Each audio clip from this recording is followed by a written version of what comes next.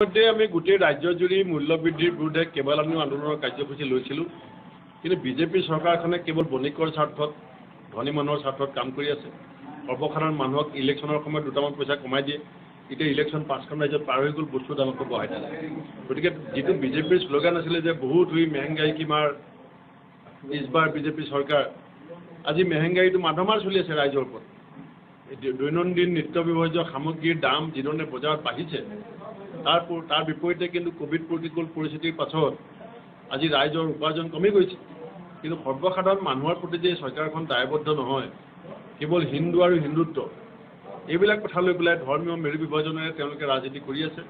কিন্তু ৰাইজে লাহে লাহে কথাবিলাক বুজি উঠিছে আৰু আহি থকা সময়ত এই কাৰ্বি আংলঙৰ নিৰ্বাচনৰ পৰাই আপুনি দেখিব যে বিজেপিৰ বিজয়ৰ যাত্ৰা ইয়াতে নাইকিয়া হ'ব।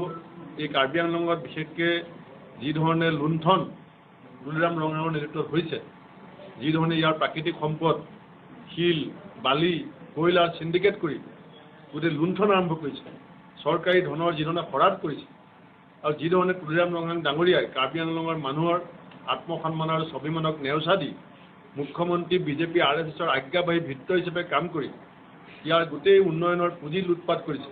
এইবিলাক কথাৰ বিৰুদ্ধে আহি থকা সময়ত কাৰ্বি আংলঙৰ ৰাইজে একত্ৰিতভাৱে যে এখন যুদ্ধ দিব আৰু সেই যুদ্ধখনৰ নেতৃত্ব আমাৰ কাৰ্বি আংলং আৰু ৱেষ্ট কাৰ্বি আংলং জিলা কংগ্ৰেছে ল'ব।